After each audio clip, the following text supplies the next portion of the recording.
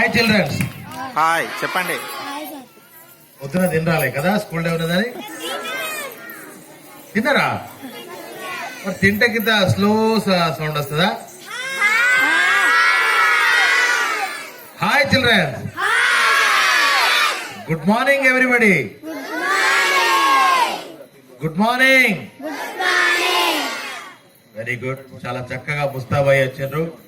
మన భారతదేశ సంస్కృతి సాంప్రదాయాలు కనబడేటట్టుగా ఇక్కడ కనబడతానే, మిమ్మల్ని చూస్తేనే అంత గొప్ప దేశభక్తి కనబడుతుంది.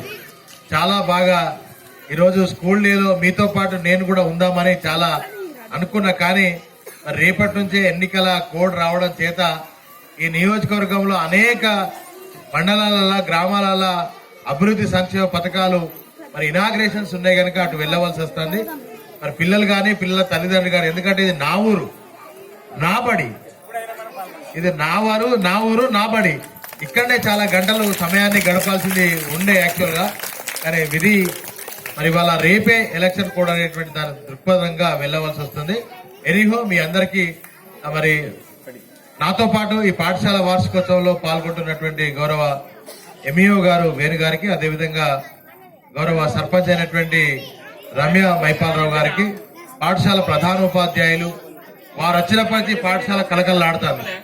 వీరు ఎప్పుడైతే ఈ పాఠశాలలో అడుగు పెట్టినరో అప్పటి నుంచి పాఠశాల సంఖ్య పెరుగుతూనే ఉన్నది.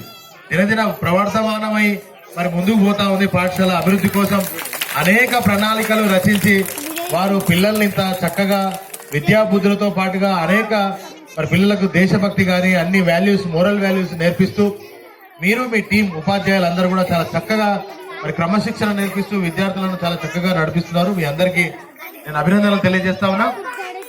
మరి ఈ దేశ సంపద మీరే కనుక విద్యార్థి చిన్నారులు చాలా చక్కగా మన తల్లిదండ్రులు ఏవైతే కళలు కానీ మీరు మళ్ళీ పాఠశాలకు పంపిస్తున్నారో ఆ పాఠశాల ఆ యొక్క ఆశయాలను నెరవేర్చడం కోసం మీరందరూ చాలా చక్కగా బాగా క్రమశిక్షణతో మంచిగా చదువుకోవాలని చెప్పి తెలియజేస్తూ, మన ఊరి బడిని ఇంకా ఏదో అదనపు గదులు కావాలి, టాయిలెట్స్ కావాలని ఏదో ప్రధానోపాధ్యాయులు గతంలో చెప్పారు.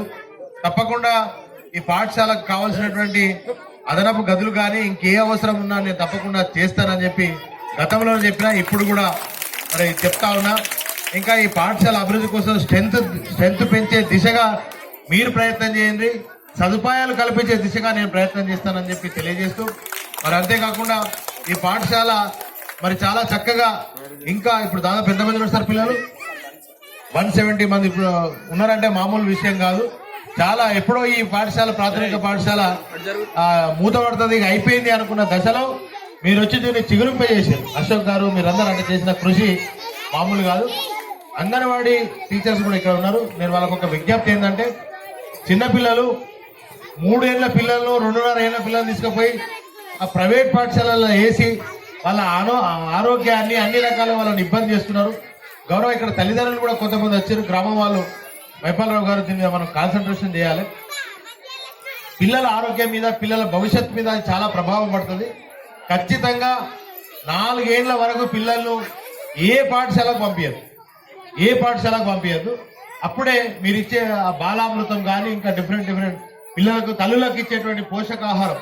ఇవాళ మన ఆడపిల్లలను చూస్తే ముఖ్యంగా రక్తహీనతతో చాలా మంది బాధపడుతూ ఉంటారు.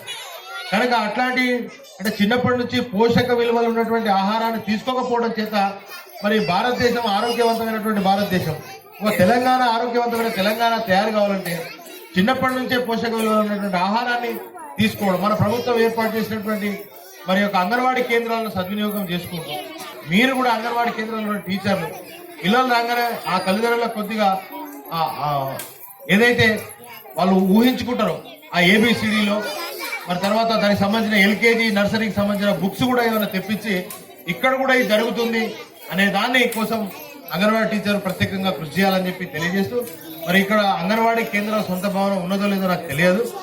లేదు కనుక అంగన్వాడీ అంటే ఇప్పుడు మన పాఠశాలలోనే అంగన్వాడీ కేంద్రాన్ని పెట్టుకుందాం. ఇక్కడ ఉన్నటువంటి ఏదైతే భవనం ఉందో ఈ భవనంలోనే చేసుకుందాం. లేదంటే ఇంకా కొత్త నూతన అదనపు గదువులు అనుకుంటున్నాం కదా, దానిలో అంగన్వాడీ కేంద్ర భవనాన్ని కూడా నిర్మించి దానికోసం ముందుకు పోదామని చెప్పి తెలియజేస్తూ, పాఠశాలను చదువుతున్నటువంటి విద్యార్థులందరికీ మరొకసారి శుభాకాంక్షలు తెలియజేస్తూ, తెలంగాణ ప్రభుత్వం వచ్చిన తర్వాత ప్రభుత్వ పాఠశాలను బాగా బలోపేతం చేయడానికి గౌరవ ముఖ్యమంత్రి కల్వకుంట్ల చంద్రశేఖరరావు గారు కృషి చేస్తా ఉన్నారు.